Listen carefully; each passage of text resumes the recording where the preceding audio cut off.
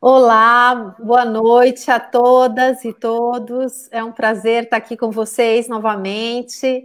Desta vez, o Papo com Paula chega um pouquinho atrasado, né? Nós tínhamos marcado às 6h30, mas achamos melhor adiar uma hora, porque a gente estava também tentando acompanhar os últimos acontecimentos, a informação do vídeo, né, da reunião ministerial feita autorizada pelo ministro Celso de Mello e que estava em todos os jornais. A gente achou importante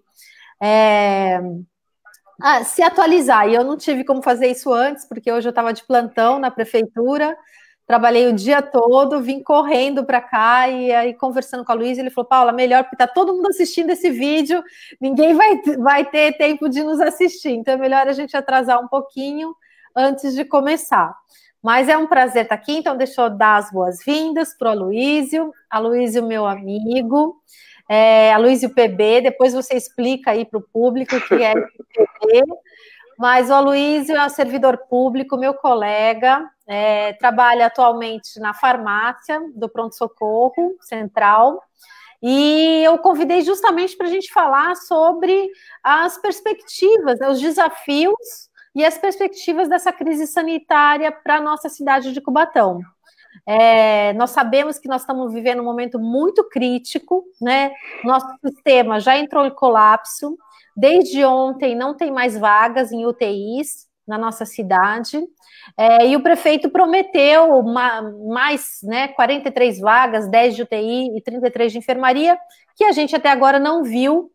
Eu até perguntei para o Aloísio se ele tinha visto alguma coisa nesse sentido dentro do hospital. Ele trabalha lá dentro do hospital e ele também confirmou para mim que ainda não tem conhecimento dessas novas vagas, né, que haviam sido prometidas.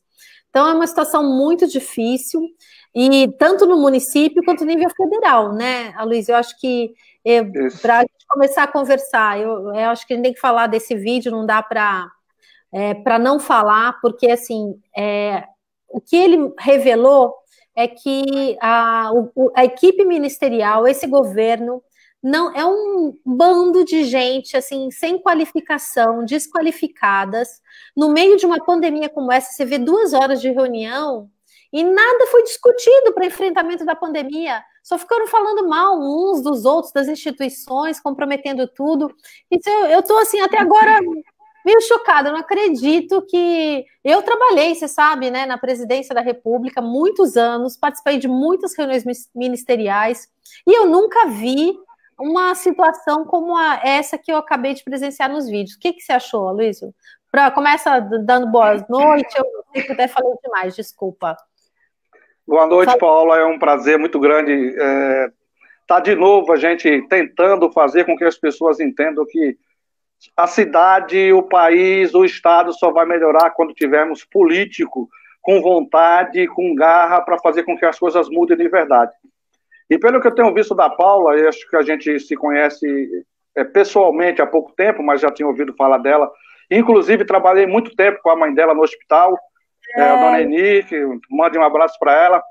E eu vejo na Paula uma vontade muito grande de fazer a coisa acontecer.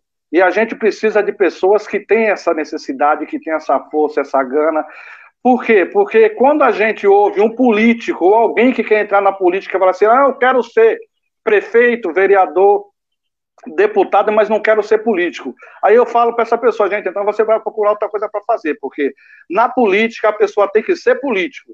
Para ser secretário, para ser ministro, sim, precisa ser técnico. Agora, o chefe do executivo, o chefe tem que ser político. E a política faz com que haja o cara que sabe fazer política, ele sabe fazer acordos, sabe conversar, sabe gerir a coisa pública. E é isso que a gente precisa. A gente não precisa de ativista político. A gente não está precisando, no momento, com essa crise braba que nós estamos no país, nós estamos atravessando uma crise humanitária, nós estamos atravessando uma crise financeira, nós estamos atravessando uma crise social terrível, que a gente tem um governante no Palácio do Planalto que está pouco se lixando, está pouco querendo saber o que a sociedade está sofrendo, o que a sociedade está passando. Hoje eu ouvi um absurdo do ministro da Educação, que diz que não existe povo indígena, que não pode existir povo indígena. Povo indígena existe, não pode existir povo brasileiro. Isso até poderia não acontecer, mas o povo indígena sim, porque eles são a formação do Brasil. E essas barbaridades foi o que eu ouvi. Eu não tenho muita paciência para ficar ouvindo esses cidadãos falando, mas eu perdi um tempo da minha vida, né, porque eu acho que perder tempo não é ganhar tempo. Sim. Ouvindo o ministro da Educação, ouvindo o ministro o ministro da Economia e aquele outro cara gordo do lado que é do Exército, que eu não sei o nome dele, que eu não sei o que é que ele faz no governo. E o presidente, infelizmente, quando a gente pensa no presidente, a gente pensa no pai da nação. E um pai, se ele vai falar palavrão para o filho vai aprender o quê? Vai aprender palavrão. E esse cidadão, a cada 10 palavras que ele fala, 12 são palavrões. Sabe? Então, não tem uma estrutura para se cuidar de uma família, então não tem estrutura para cuidar de um país. Verdade. Infelizmente, infelizmente a gente vê algumas pessoas defendendo esse cidadão, que eu às vezes me recuso até a falar o nome dele, porque essas pessoas já são ruins como eles. Porque eu acho que você, quando é ruim, você procura alguém mais ruim do que você para você achar que é melhor que ele. E é isso que está acontecendo no Brasil hoje. Eu já escutei essa tese sua, viu? De sociólogos explicando isso, assim, que isso é uma coisa muito séria. As pessoas deixaram, né? Viram nele, assim... É uma coisa muito séria aí. Seus próprios defeitos... Para destilar a sua maldade. Isso mesmo, é muito ruim. Realmente, assim, esse vídeo infelizmente, é isso que está acontecendo no Brasil. Agora, é incrível também como mesmo essa informação sendo vazada na maior parte da imprensa, muita gente ainda saia nas redes sociais em defesa, né? O que eles chamam de gado, infelizmente, né? É incrível isso, infelizmente é isso. Nada faz enxergar, né? Tudo é visto como uma forma de defender, justificar um comportamento que é, como você disse, injustificável para qualquer ser humano, mas muito pior para quem exerce uma posição como ele, de chefe de Estado, chefe de uma nação, né? Que exemplo que ele dá para o nosso país. Deixa eu aproveitar, Luiz. Pelo contrário. Eu tenho que... tem várias pessoas já entraram aqui com a gente, já temos 30 pessoas já nos assistindo. Nossa! Que sejam bem-vindos. Gente, muito bem-vindo. A Dulce Estevo, minha colega, trabalha comigo na Procuradoria. O Djalma, nosso companheiro. Djalma, um abraço, meu amigo. Pré-candidato, está cumprimentando a gente, pré-candidato a vereador também. O Vanderlei, que é assíduo em todas as lives, muito obrigada pelo apoio, viu, Vanderlei? Ele sempre colaborando, sempre uma participação muito qualificada, viu? Ele sempre põe perguntas, questionamentos aqui, se prepara, viu, Aloysio? Nós vamos estar preparados. O Ricardo, a Isilda, olha que legal, a Joelma, uma grande companheira também, liderança comunitária. Nossa amiga. Bolsão 7, olha, nossa querida Elis Rebouças, também companheira, pré-candidata a vereadora pelo Partido dos Trabalhadores, uma artista, uma atriz da nossa cidade, também arquiteta, muito engajada, né, com esses assuntos assim, de preservação do patrimônio histórico e cultural da nossa cidade. Uma ativista mesmo dessa área. O Edmilson também, olha lá, parabenizando a gente. Você vê que as pessoas que estão nos apoiando são pessoas que têm o mais alto grau de capacidade técnica e pessoas que tenham alguma coisa para mostrar para Cubatão. Isso a gente vai resgatar todos eles para o nosso grupo, com certeza. Legal.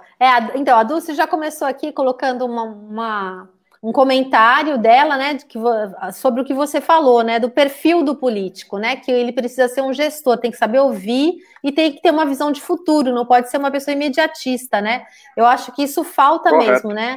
O nosso atual prefeito, o prefeito Ademário, é uma pessoa que tem se mostrado assim incapaz de pensar a nossa cidade para um futuro. Ele fica sempre apagando incêndios, né? Até por falta de planejamento da sua gestão, né? Está sempre correndo atrás do prejuízo. A gente não vê uma proposta para a cidade, né? Eu sempre lembro aqui que é um assunto assim muito caro para mim, que a nossa cidade não tem um plano diretor, quer dizer, um plano de desenvolvimento urbano há mais de 20 anos. Né? Como é que pode? Isso é uma obrigação constitucional, que toda cidade faça uma revisão do seu plano de desenvolvimento urbano a cada 10 anos. Nós já estamos há mais de 20, sem nenhum plano diretor. É muito feio mesmo. É uma vergonha. Aí a gente, infelizmente, a gente acabou entrando no presidente, ou entrando na condição social do Brasil, e acabei não fazendo com que as pessoas entendessem por que eu estou aqui e por que eu quero ser candidato. Mas eu porque vou falar. Eu já fui candidato das outras vezes. Então pode falar. Pode continuar. Não. Eu ia falar a Thaís, que ela também falou, muito bom encontrar pessoas comprometidas. Eu acho que é bom que a Thaís já deu a deixa isso, né? Com certeza. Eu ia te perguntar mesmo sobre a sua história, sempre você falar assim, né? Como que você chegou a essa decisão de ser candidato, né, nessas eleições, ainda mais pelo Partido dos Trabalhadores. Então, contasse um pouquinho como é que foi essa tua trajetória política para chegar até aqui. Pode contar para a gente. Boa noite a todos, a todas. Eu moro em Cubatão há 49 anos, então é uma cidade que eu escolhi como minha pátria, uma cidade que eu escolhi para viver e para criar os meus filhos. Eu cheguei aqui, eu vim de Alagoas, cheguei aqui com 7 anos de idade. Trabalhei muito, lutei muito por essa cidade, já briguei por muitas coisas, mesmo antes de ter essa vontade de ser político, porque antigamente quando eu cheguei em Cubatão, que não tinha nada ainda, a gente brigava para construir um caminho, para construir uma viela, para construir uma ponte, e a coisa foi crescendo de uma maneira que eu achei que poderia participar desse cenário político. E venho participando do cenário político Cubatão há muitos anos. Já fui um militante do PT há muito tempo atrás e depois ingressei no PSB. Por quê? Porque eu sempre fui de esquerda, sempre fui um socialista nato e sempre procurei estar do lado de quem gosta de povo, porque a direita gosta de dinheiro e a esquerda gosta de povo, que eu chamo a esquerda de socialista. E Sim. Por eu ser um socialista nato, eu estava no PSB, mas infelizmente o PSB tomou um rumo diferente. Eu estava até pouco tempo atrás lá e numa das reuniões do PSB eu fui chamado de esquerdopata por um grupo de bolsonarista que tem dentro do partido do PSB, de um partido de esquerda, e eu como não pude aceitar essa coisa, para não ter que criar um atrito maior, falei com o presidente e falei, vou sair porque aqui não é lugar de se fazer política de extrema-direita. Eu estou no partido de esquerda, quero fazer política baseada no conceito social de ajudar as pessoas, de criar políticas públicas que vá de encontro com a sociedade mais vulnerável, a sociedade que não tem o que o Estado não alcança, a gente tem que fazer política para eles. E eu vi que lá isso não ia acontecer. Houve uma reunião, aí decidiram apoiar o Adhemário, e eu decidi que ali não era meu lugar, não era meu caminho. E o PT, como eu sempre fui Lula, independente de estar em qualquer partido, eu sempre falava que o Abraham Lincoln foi candidato nos Estados Unidos, na 5ª vez ele conseguiu se eleger, e foi o que aconteceu com o Lula, e eu sempre focava nisso. E para mim foi o melhor presidente que esse país já teve, e vai ser para sempre o melhor presidente, e com certeza nós vamos trazê-lo de volta para presidente da República, porque a gente precisa de alguém que goste de gente, que goste de povo, que goste que as pessoas tenham as 3 refeições por dia, que goste que as pessoas trabalhem, que goste que as pessoas se divirtam, que tenha direito ao lazer. E esse governo que está aí, aliás, não é só o governo federal, o governo municipal aqui, o governo estadual em São Paulo e outros governos de direita, porque os governos de direita eles estão só preocupados com os banqueiros, não estão preocupados com o cidadão, o preço da cesta básica está 200, 400, R$1.000, estão preocupados com isso. E a esquerda, graças a Deus, tem esse perfil que é o meu perfil. Quando eu vejo alguém numa situação que ele necessita de mim, mesmo que eu não possa ajudá-lo, eu vou buscar ajuda para ele onde eu possa arrumar ajuda para ele. Esse é meu perfil socialista.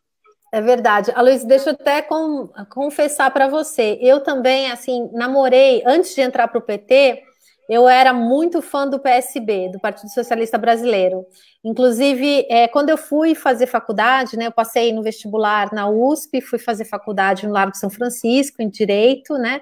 E aí, logo no primeiro dia de aula, o pessoal do centro acadêmico, ele fez uma pergunta aos calouros, né? Ele deu um questionário para todos os calouros responderem, e ele perguntava assim: você se identifica com algum partido? E eu me lembro que eu respondi que eu me identificava com o PSB nessa época. O PSB tem uma história muito bonita de enfrentamento à direita.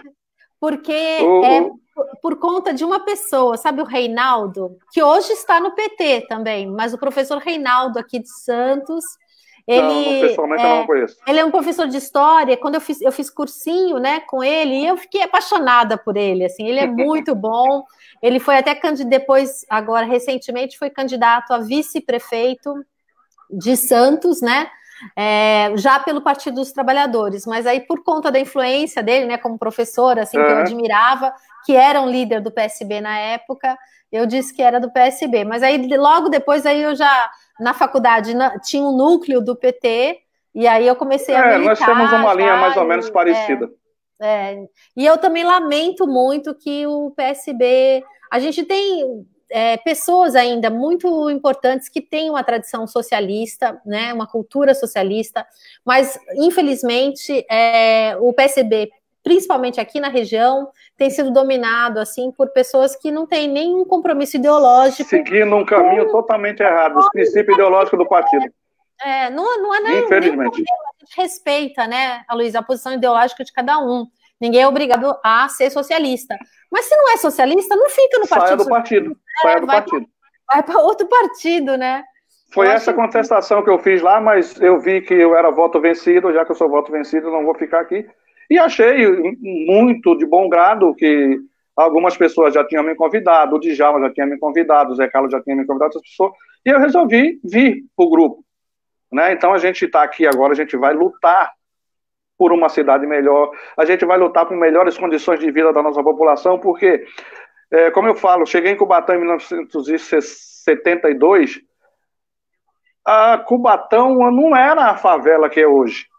Porque ainda não existia a Vila Esperança, não existia a Vila Natal, não existia o Sítio Novo, não existia esse núcleo enorme que é a Vila dos Pescadores, e infelizmente os governantes que vieram se sucedendo de lá para cá foram deixando com que a cidade se expandisse sem nenhum planejamento, como você já disse, não tem plano diretor na cidade, e isso cabe a quem? O plano diretor deveria ter um grupo de vereador que tem uma comissão de vereador para cuidar desse tema, e nada é feito porque, infelizmente, nós não temos vereador na cidade.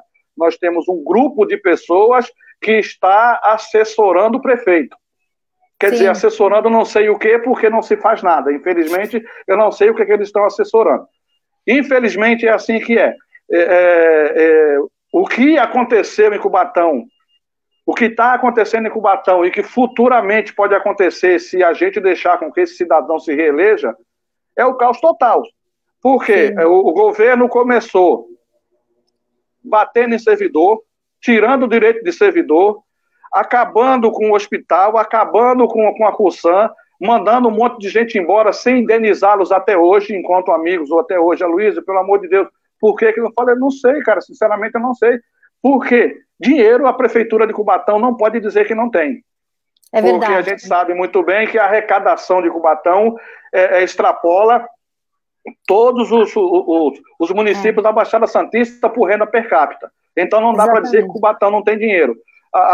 Passamos uma época aí que não tinha merenda para as crianças, então a gente vai ver o quê? É má gestão. Má gestão, e quando eu vi o prefeito hoje na televisão, no Face, ou numa rede social, reclamando, dizia que ia processar o município por estar inventando fake news, que não sei. Eu acho que se ele tivesse o trabalho de cuidar da cidade, ele não estaria tendo o trabalho de ficar cuidando de pessoas que estão mentindo. Verdade. Esse é meu ponto de vista.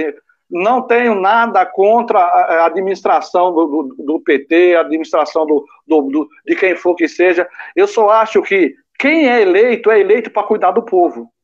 quem é eleito não é eleito para se autopromover, como a gente está vendo aí, porque o cara, eu acho que ainda tem um tema muito para ser discutido, que eu não vou discutir agora, mas vamos discutir numa outra, que é a questão da reeleição. Eu acho que isso tem que acabar.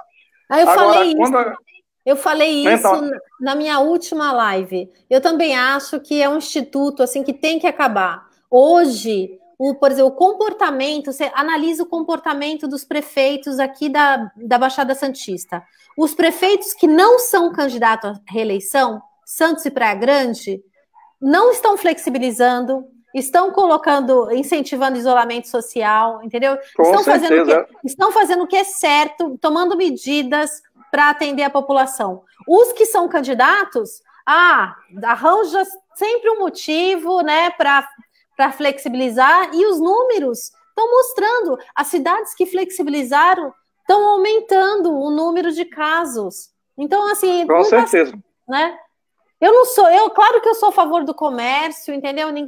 Todo mundo quer o desenvolvimento econômico da sua cidade, mas a gente precisava tomar outras medidas para ajudar os comerciantes, os pequenos empresários, né? Ajuda financeira, inclusive, auxílio emergencial, para que eles possam garantir os empregos, mas não simplesmente liberar, deixar a população à mercê, né, de tanto contágio. E a nossa situação está crítica, né, Aloysio? Crítica, está muito crítica. Eu estava lá na prefeitura, cumprindo meu plantão, mas eu estava morrendo de medo. Eu tenho vários colegas que estão doentes e que foram afastados, inclusive lá na procuradoria. Então, assim, você está num ambiente que você sabe que tem pessoas que estavam contaminadas ali, e outras que estão e que nem sabem ainda que estão, né, que todo dia estão. Então, assim, é muito grave. Mas diga, eu te interrompi. Aí você estava falando da reeleição. Da reeleição. Do processo da reeleição. Isso virou um vício muito ruim na política brasileira. Porque o cara, quando se elege no primeiro mandato, ele até tem uma vontade de se fazer alguma coisa porque ele quer se reeleger na próxima eleição. Uhum. Mas eu acho interessante, eu acho engraçado, porque não é o que está acontecendo em Cubatão. Sabe, a ganância do poder é tão grande porque ele sabe que ele tem a máquina na mão, que ele tem o poder financeiro na mão, que ele pode se eleger a hora que ele quiser, mesmo sem ter feito as obras, os projetos que são necessários para a cidade. Mesmo assim, ele acha que vai se eleger. E se não se tomar cuidado em relação a isso, isso vai acabar acontecendo. Por quê? Porque vai chegar uma hora, que como aconteceu na eleição passada, eu também fui candidato na eleição passada, eu vi um rio de dinheiro descendo de São Paulo para elegê-lo aqui na eleição. Eu posso falar isso hoje, que ninguém vai me processar mais por causa disso, mas eu vi gente vendendo voto, comprando voto por R$150. Amigos meus que estavam apoiando esse prefeito que está aí. Aí, um Aloysio com a bicicleta, com a bandeirinha. Eu tinha um caderno com mais de 600 nomes e tive 67 votos, porque eu tive pessoas minhas que falaram assim, mas eu ganhei R$150. Falei, porra, legal, você nem para ser burro ao ponto de pegar o dinheiro e votar votar em mim. Porque o povo é honesto, né, Luiz? Eles conseguem ser desonestos com eles mesmos. Então, e essa prática política aconteceu na eleição passada, e se a gente não se atever, se a gente não, se as leis não forem, porque as leis são criadas, mas não são fiscalizadas, então não adianta nada. Na eleição passada podia gastar X, foi gasto X, Y, foram até o Z gastando, porque eu sei de pessoas que gastaram fortuna de dinheiro para se eleger. E eu, como não tinha dinheiro para me eleger, claro, eu não tinha nenhuma pretensão naquela época de me eleger, porque foi uma coisa foi a minha ex-esposa que me incentivou, vamos. Aí eu saí, mas com a intenção de voltar agora com mais cancha política, com mais conhecimento técnico de como se fazer uma campanha. E graças a Deus, quando conheci você, me deu mais força ainda, porque a gente sentou, conversou, e eu vi que você tem uma grande bagagem política. Você tem um perfil político que você já fez muita coisa na política do Brasil, você já ajudou muito na administração do Lula e do governo federal e na administração da Dilma. E, inclusive, em São Paulo. Você falou uma vez que trabalhou, inclusive, no estado de São Paulo. Então, com essa bagagem toda que você tem, para a gente administrar Cubatão, vou dizer, é fácil? Não é fácil. Administrar nunca é fácil.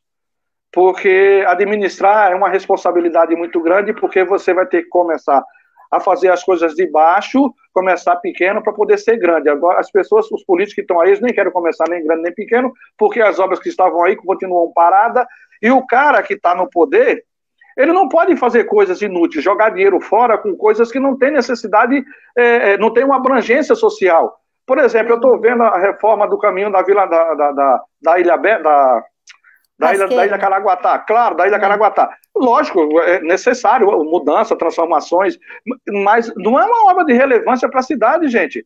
A gente está precisando que as merendeiras estão com problema, as escolas estão com problema, as escolas estão cheias de mato, a saúde está um caos total, a saúde está um caos total porque, em decorrência do vírus, se já era ruim, ficou pior. Até uma tendência é que ocorra daqui para frente, já chegamos no colapso, já chegamos no fim da linha, e o túnel, como é que você vai abrir esse túnel se não tem os recursos que estão vindo para cá, a gente não sabe para onde está indo, não é para onde está sendo investido esses recursos na saúde pública. Perfeito. Não, eu queria. Alguém justamente falou isso, mas pode ir falando, que onde que está os recursos que foram destinados aqui para Cubatão para tratamento do Covid? Não me lembro agora quem foi. Sim, o Genivaldo, falou: para onde foi o dinheiro que veio para ajudar a Covid-19 em Cubatão? Nós, como sugestão, poderíamos entrar no Ministério Público. Ele está sugerindo uma representação no Ministério Público. É uma boa iniciativa. Vamos fazer isso. Você está certo, Janival. Uma boa iniciativa. Fazer. Porque cabe, né, ao Ministério Público essa ação de fiscalização mesmo, né, de todos os recursos tal que foram mantidos, e a gente está percebendo que não está tendo transparência. A prefeitura, inclusive, foi chamada a atenção, saiu nos jornais aí, que ela foi chamada a atenção pelo Tribunal de Contas do Estado, porque ela não está atendendo aos requisitos de transparência.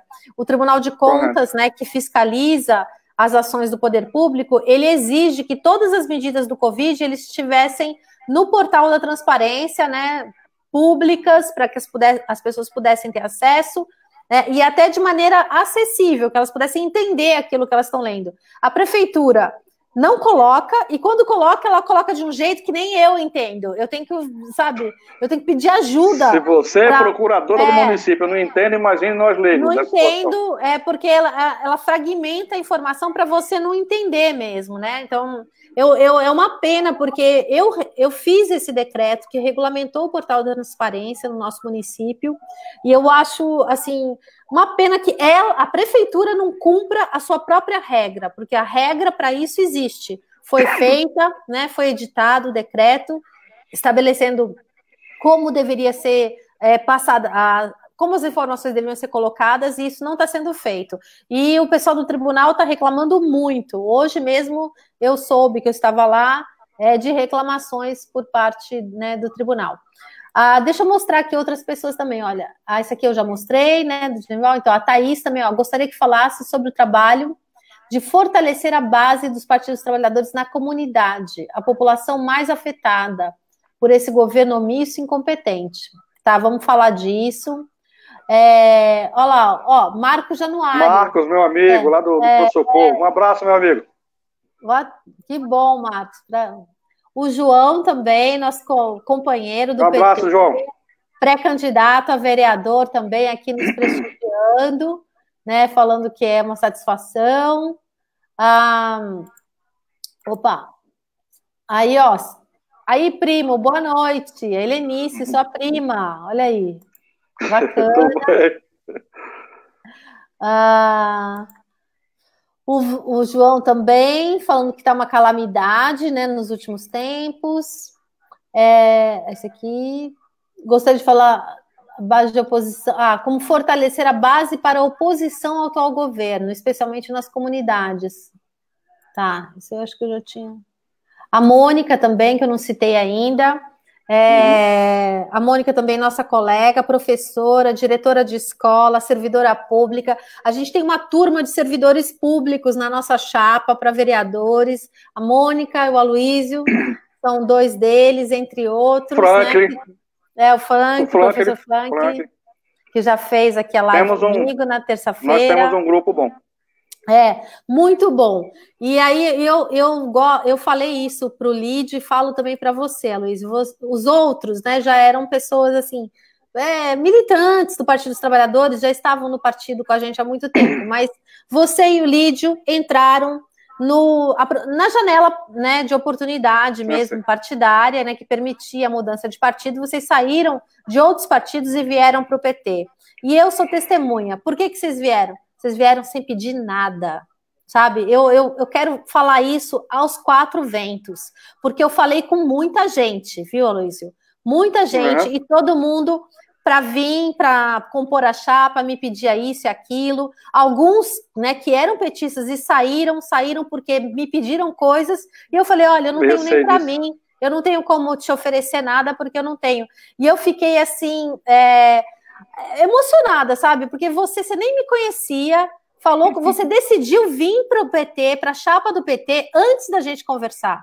Você falou, eu vou te dar uma resposta. Aí eu vou te confessar agora. Eu peguei e falei para o Djalma, acho que ele não vai vir, porque ele falou, ele nem conversou comigo, ele disse, vai me dar uma resposta.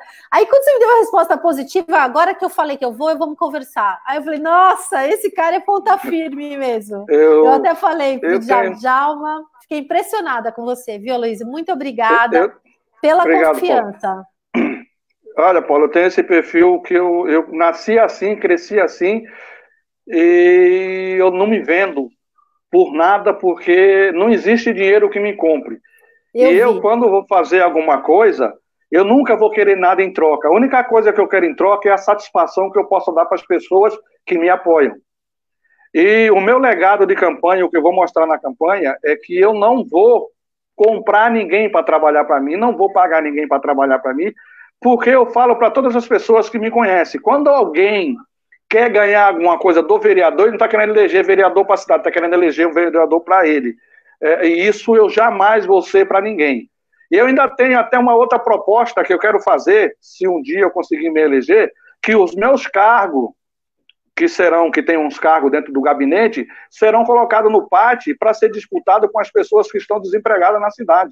Olha, que legal isso. Você não faz uma entrevista com as pessoas para trabalhar com você? Então essas pessoas serão entrevistadas e se tiver o perfil para trabalhar na Câmara comigo, no meu gabinete, irá trabalhar comigo. Por quê? Porque a hora que você começar a pensar dessa forma, porque o vereador em Cubatão, ou não sei se nos outros lugares são assim, aqui em Cubatão sempre foi assim, o vereador, ele é eleito, ele vira empresário, ele vira empregador.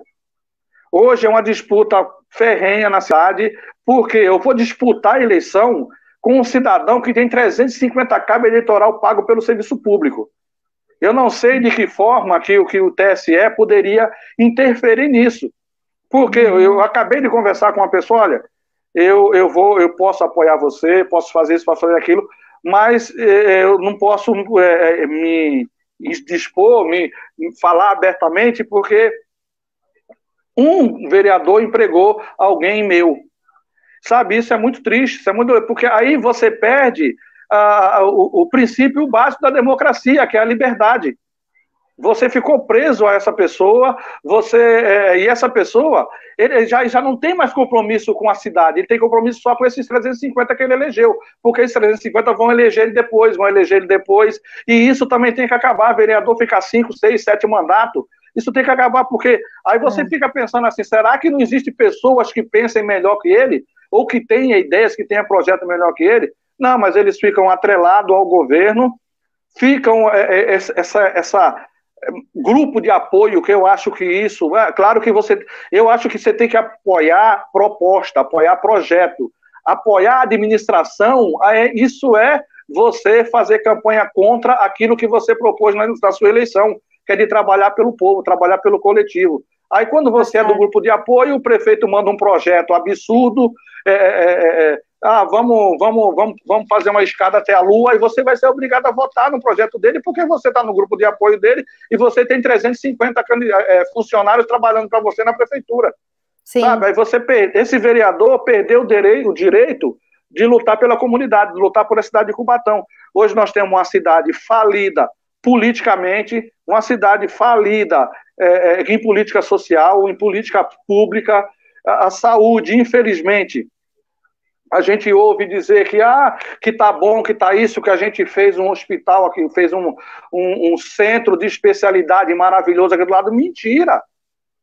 Eu pessoalmente falei para Demar, isso aí não vai funcionar, porque esse próprio que está aí, esse não tem característica para a saúde pública.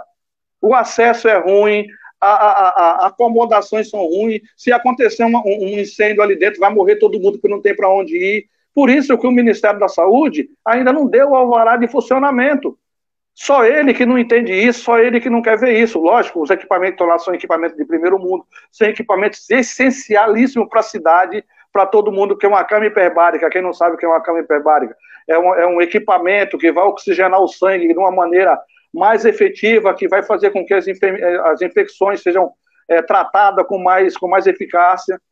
Tem outros aparelhos de grande complexidade, mas o espaço físico não é adequado, sabe? Então, já construíram o teatro no local onde não podia ter sido construído, do lado do pronto-socorro. Aí vem ele e constrói um centro de alta complexidade no local onde foi construído, não deveria ser construído o teatro. Quer dizer, aí você vai gastando dinheiro, você vai jogando dinheiro público fora, e isso vai ficando uma bola de neve, como já é uma bola de neve muito grande, e não tem resolução nenhuma. Tá, então, o hospital de campanha deveria ter sido montado, porque quando começou a pandemia, a gente chegou aos 200 e poucos mortos, as pessoas simplesmente foram na onda do presidente, isso é só uma gripezinha, isso não vai acontecer nada, isso é normal. Só que o H1N1 matou 20 mil pessoas no mundo. 20 mil pessoas já morreram em 2 meses. Ou mais, até agora já deve ter morrido mais de 20 mil. Se as pessoas não tiverem consciência, sozinha, porque o poder público não está dando essa condição para eles. Porque o poder público, nessa hora, era que tinha que ter mão forte, não mão de ditadura, mas mão de quem tem responsabilidade com a saúde pública. Chegar e falar, o isolamento vai... Se tivéssemos feito um isolamento de 2 meses, já poderia estar abrindo o comércio agora de novo. Mas o comércio não foi feito o isolamento que deveria ser feito. Eu, pessoalmente, tive que entrar com uma ação na Secretaria de Segurança Pública. Falei com o delegado Vanderlei, doutor, é o seguinte, eu não vou atender ninguém na porta da farmácia que não esteja de máscara, porque quem está em risco é a minha família. Quem está em risco sou eu que trabalho. Eu me lembro. E as pessoas chegam lá, ainda querem brigar com a gente, porque dizendo que a gente está tratando mal. Não estou tratando mal. Por quê? Porque não existia, nessa época, a mão do serviço público para fazer assim, você só vai poder... Se tivesse todo mundo andando de máscara desde o começo, a proliferação com certeza teria diminuído em 50%. Sim. A gente não tem nem uma curva, né? As medidas eram para ser tomadas para achatar a curva. A situação está tão grave, gente. Quando você olha os gráficos do Brasil, não é uma curva, é uma reta ascendente, né? Não tem curva, então nós não chegamos ainda nem no ápice, né? Não chegamos. Da velocidade. Eu falo isso todo dia, pô. Eu falo isso todo dia. E mais, pessoas, né? Desculpa. As pessoas não sabem, eu nunca vi o que é um cidadão, uma pessoa humana morrer de falta de ar. As pessoas não têm noção do que é isso. É um sofrimento que só sabe quem passa e quem está lá para ver. Como eu trabalho há 25 anos no pronto-socorro ou mais, já vi muita coisa acontecer, e o que está acontecendo agora é totalmente surreal. Eu nunca tinha visto nada parecido. Eu passei pela dengue, eu passei pela conjuntivite, eu passei pela gripe H1N1, e nunca vi essa condição de a pessoa pegar um vírus e em 5 dias o pulmão dela está todo destruído. É uma coisa totalmente sem sentido a forma que está sendo administrada isso, aqui em Cubatão, inclusive no Brasil. É uma coisa que precisa ser avaliada, o Ministério Público precisa tomar ciência, alguém precisa tomar alguma providência para que as coisas comecem a andar como deveria ser, porque ainda não chegou na favela. Chegou na favela sim, mas não chegou no total que ainda pode acontecer. Exatamente. A gente está vendo É isso as que eu ia feiras falar. livres, tomada. A gente anda aqui na Vila Natal, Vila Esperança, as ruas todas tomadas porque não existe gerenciamento de crise. Não tem um comitê de crise na cidade. Então, Exatamente. eu não estou falando isso porque eu sou servidor, porque eu disse ser servidor. Eu estou falando isso porque, além de servidor, eu teria que ser tratado 2 vezes melhor, porque eu tenho tratado como servidor, que estou ali de frente com a doença, Na e como saúde, munícipe que sou. sim. E eu quero falar de um outro tema muito sério, que não estão se levando a sério, porque o servidor público que trabalha na área da saúde, ele tem 2 questões a ser discutida. Primeiro, ele é o cara que mais corre risco de ser infectado. Certo. Segundo, o medo de, às vezes, eu conheço alguns funcionários que estão sentindo até alguma coisa parecida com a doença, mas eles têm medo de dizer, sabe por quê? Porque se eles se afastarem, eles vão perder 50% do seu salário. Sabe? Então, isso é muito preocupante, porque se eu me afastar hoje, eu perco Vesba SUS, eu perco adicional noturno, eu perco vale transporte, eu perco vale refeição, quer dizer, eu vou perder 60% do meu salário. Claro. Aí o que está acontecendo? Esse risco ainda é maior, porque tenho certeza que tem gente trabalhando doente e infectando os próprios colegas. Por quê? Porque não existe um projeto dentro da saúde para cuidar do funcionário que está na linha de frente. Olha, se você for infectado, você vai se afastar, mas não vai ter perda dos seus vencimentos. Era o mínimo, né? Uma porque existe o mínimo que deveria ter sido feito, mas isso não foi feito. Sabe, isso é muito preocupante. Já conversei com alguns vereadores, inclusive conversei com alguns secretários, acho que 1 ou 2 secretários, falei com eles assim, meio de alto sobre isso, mas ninguém faz nada por quê? Deve ser porque o prefeito não quer? Eu acho que ele deveria ficar no pronto-socorro todos os dias, né? Pelo menos para ele ver a quantidade de paciente, a demanda de antibiótico que está sendo distribuída nessa última semana é uma coisa absurda. Porque eu não sou médico, mas, lógico, conhecimento técnico a gente não tem, mas a gente vê o dia a dia. E você sabe muito bem que quanto mais antibiótico você tomar, mais vulnerabilidade você tem para combater uma doença futura. O vírus vai criando resistência ao antibiótico. Por isso que você tem correto, o antibiótico, Paula, você tem que tomar a receita, tem que ser tão controlada, né? Justamente para não prejudicar toda a coletividade. Eu também me preocupo muito com o pós também. A gente vai resolver esse problema da pandemia em algum momento, mas que sociedade é que a gente vai enfrentar depois? Né? Com essa esse é meu grande dilema também.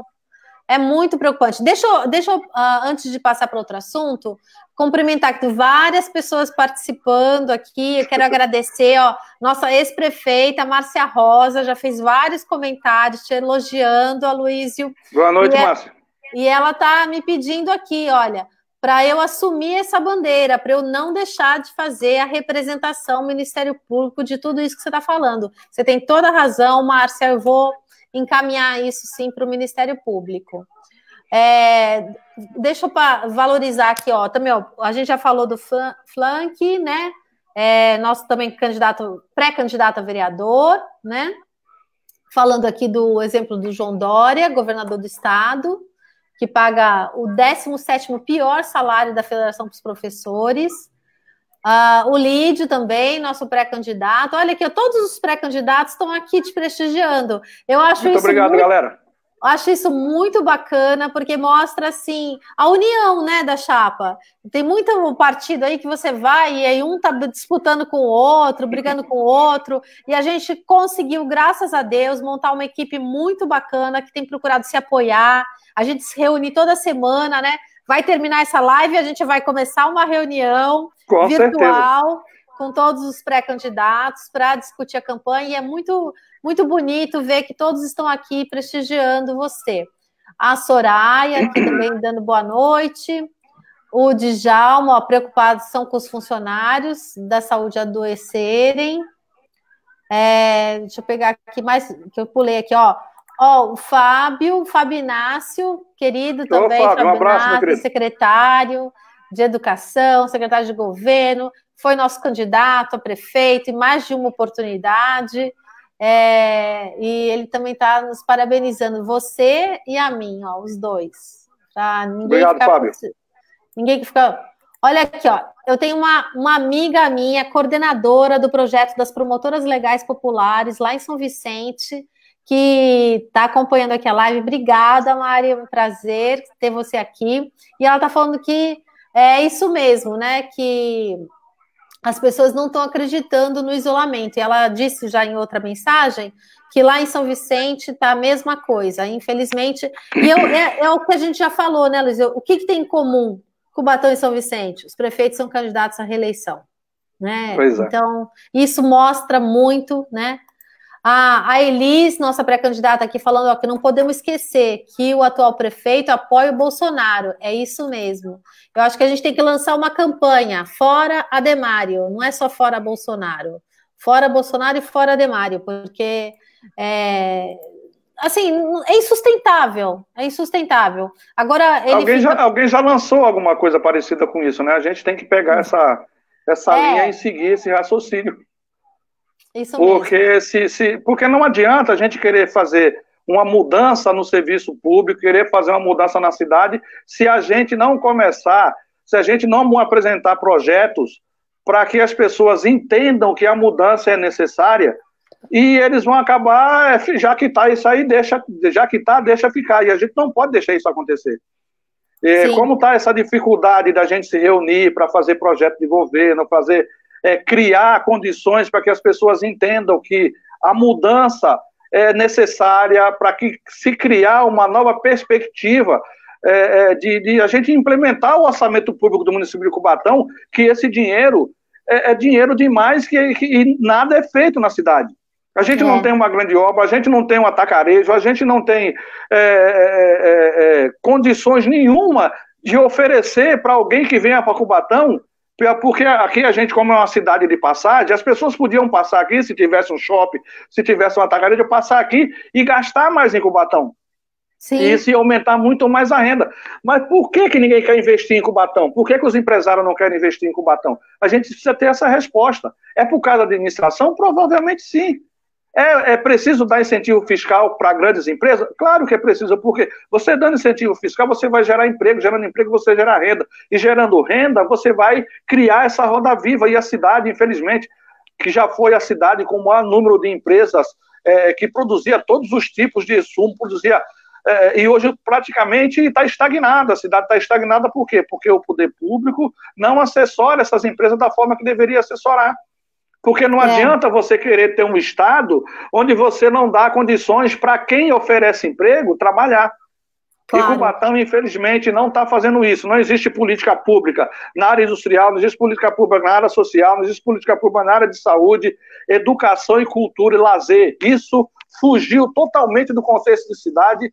E ainda existe, a Constituição é clara que uma cidade tem que ter pelo menos um cinema. Eu acho que deveria ser. E isso a gente não tem, um monte de coisa que a gente nem tá na condição de cidade pode estar mais, porque falta uma série de coisas. E falta uma série de coisas porque nós estamos no século XXI, gente. A gente tem condições de fazer com que Cubatão ascenda, que Cubatão cresça.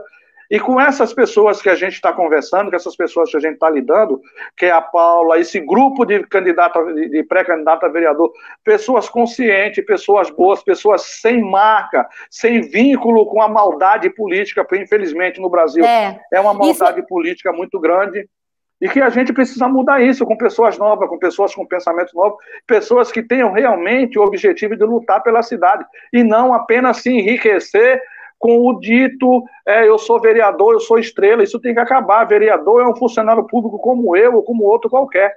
A hora que você acha que é vereador, você é estrela, o prefeito é estrela, e o que ganha nem gasta em Cubatão, vai gastar na cidade vizinha, porque aqui não tem atrativo social, não tem atrativo nada que se possa fazer em Cubatão. Por quê? Porque não existe investimento na cidade.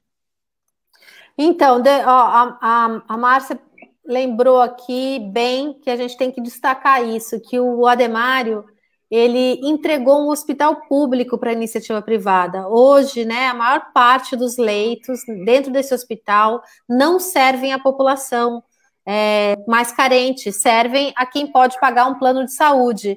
Um tema que vem sendo muito discutido, a gente até combinou, né, Luísa, de falar sobre isso, é aquele projeto que cria fila única, né, para as UTIs.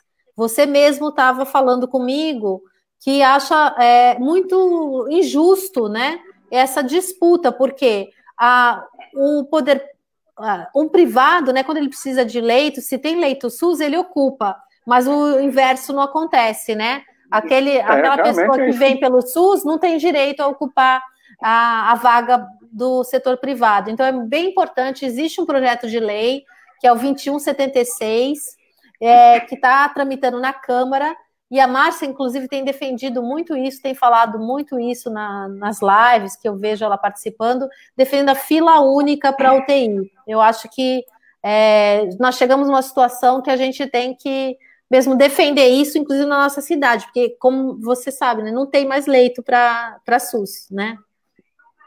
Infelizmente, não. Você estava me falando, acho que pode falar em público aqui, né? Você está vendo gente...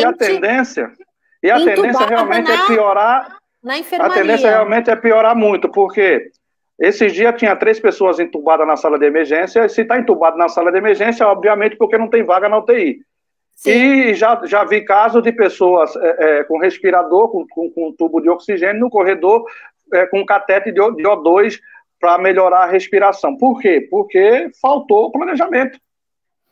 Só que a gente está batendo um tema que a população não vive, não só adoece de Covid.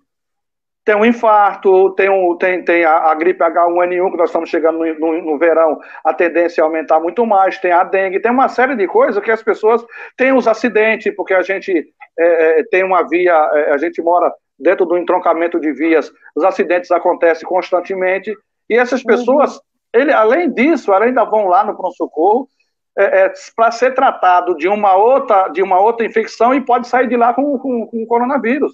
Sim. Sabe por quê? Porque se tivesse feito um hospital de campanha distante do pronto-socorro, onde os atendimentos poderia ter continuado normal, né? O atendimento cotidiano do dia a dia, e o hospital de campanha atender exatamente as pessoas do Covid, mas isso não foi feito.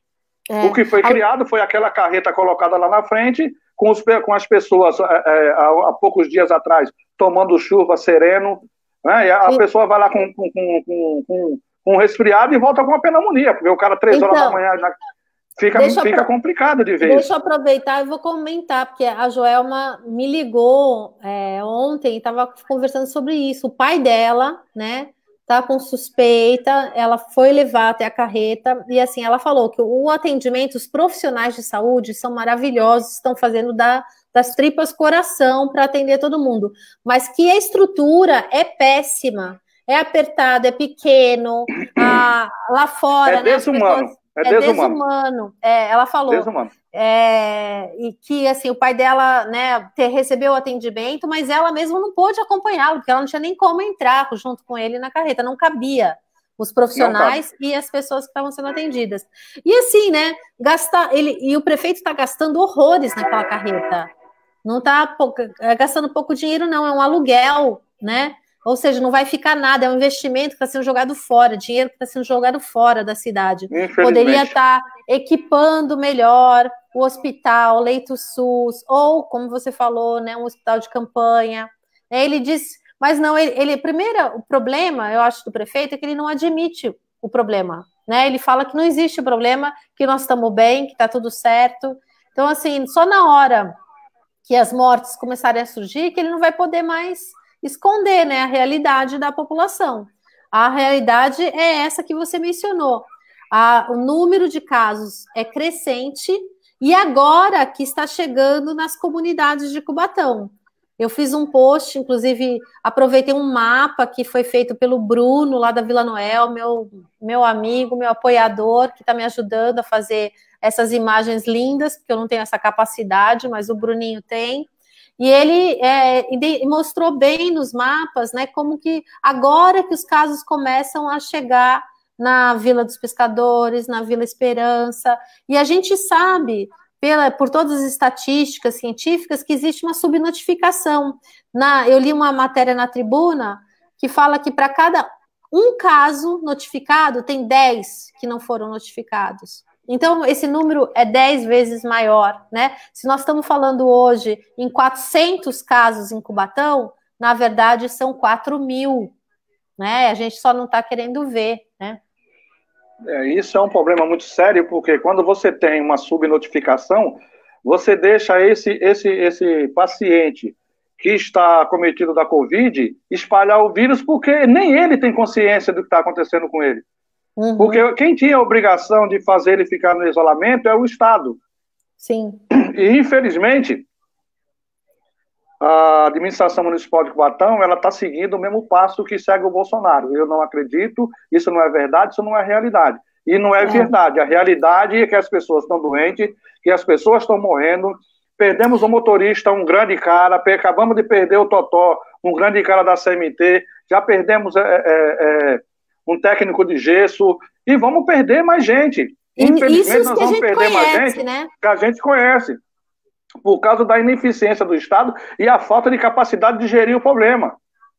Aqui eu quero deixar um agradecimento profundo aos profissionais de saúde, o técnico de enfermagem, as meninas da limpeza, o cara que carrega a maca, parabenizar os médicos, porque estão fazendo tudo o que pode e além do mais um pouquinho, para fazer com que as coisas sejam amenizadas de uma forma que a população não sinta tanto. A gente vê reclamação, mas a gente não vê reclamação do corpo clínico, a gente vê reclamação do sistema público de gerir a crise que está acontecendo.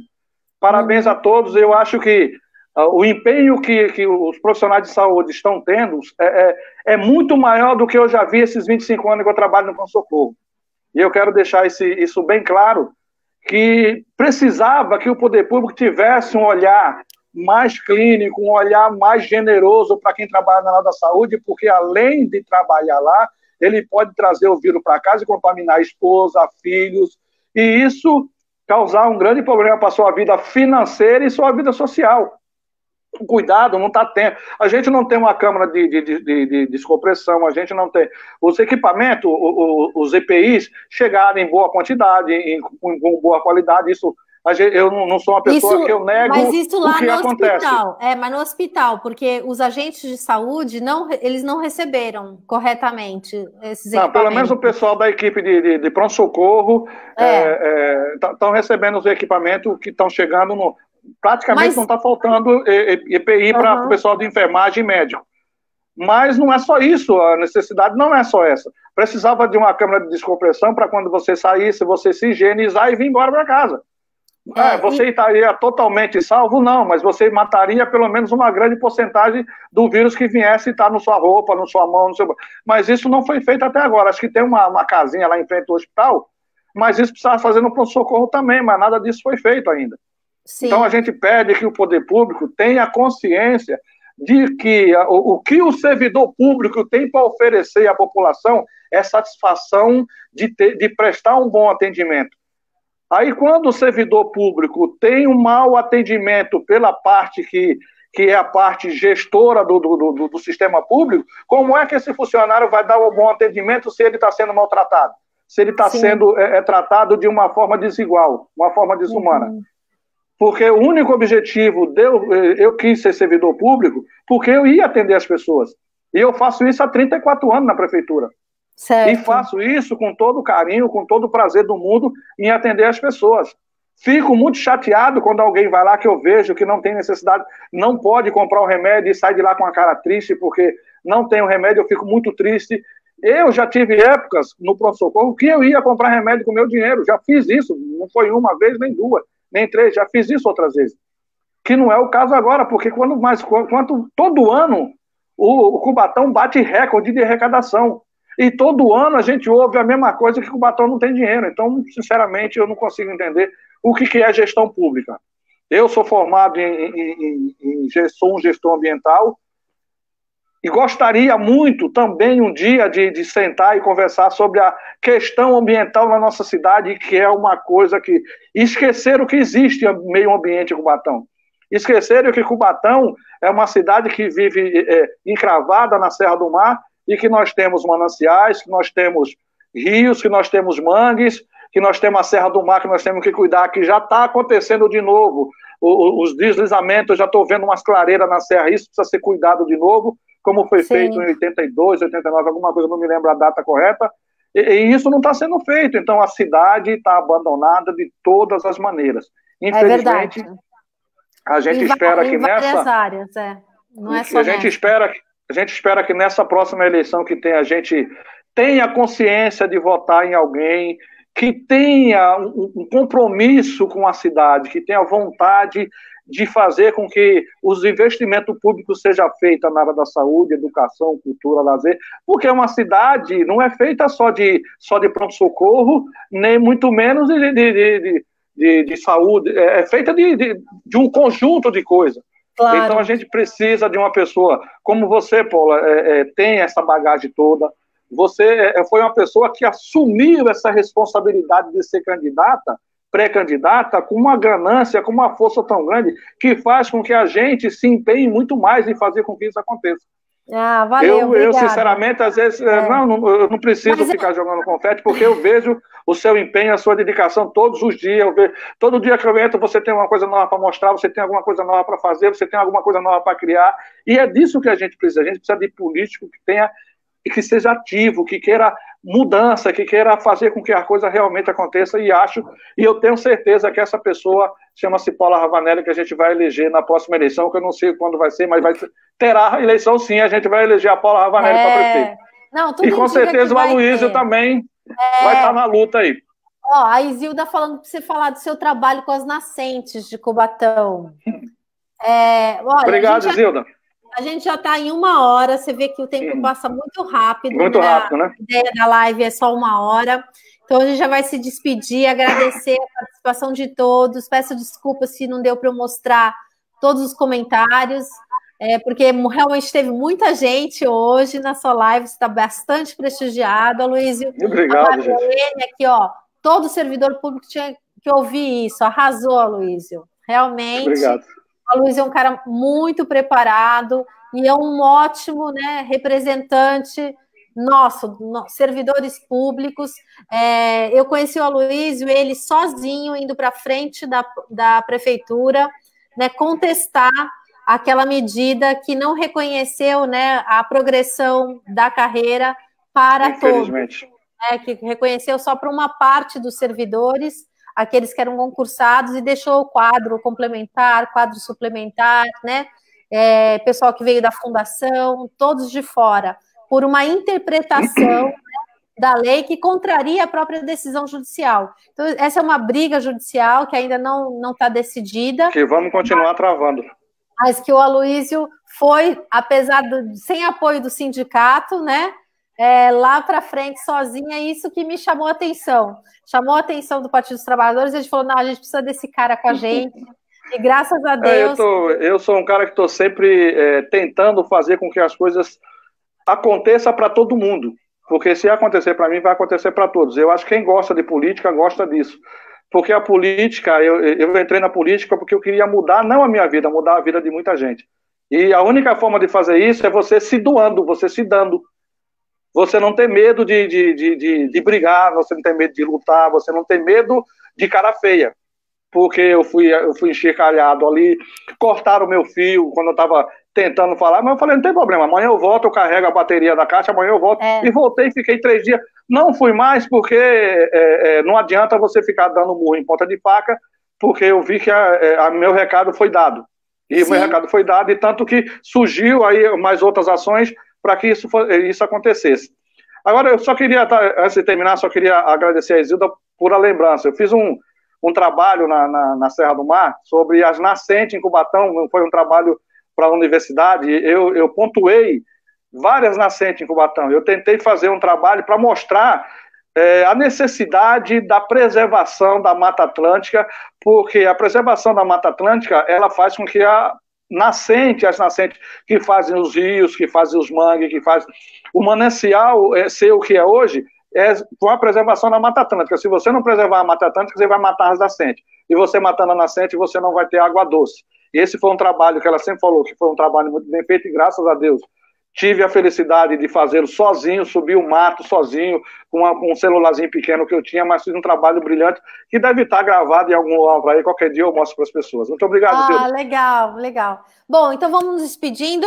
Obrigada, viu? Foi ótimo. E a gente se encontra daqui a pouco na reunião, viu? Porque não acabou o nosso trabalho ainda não. Temos reunião. Foi um prazer, foi um prazer muito grande a gente estar junto. Candidatos. E a gente vai voltar, vamos criar outros momentos aí para discutir com propostas. Com certeza a gente tem que discutir a mudança de Cubatão. Esse debate, o foco era a saúde, mas eu acho que a gente vai criar outras oportunidades, porque eu já vi que você é um cara cheio de propostas, cheio de ideias, e a gente vai explorar muito essas ideias para incorporar o nosso programa de governo. Obrigada, Obrigado, Luiz. Paulo. Obrigado, tchau. Um abraço. Um abraço a todos. Tchau, tchau. Tchau, gente. Boa noite.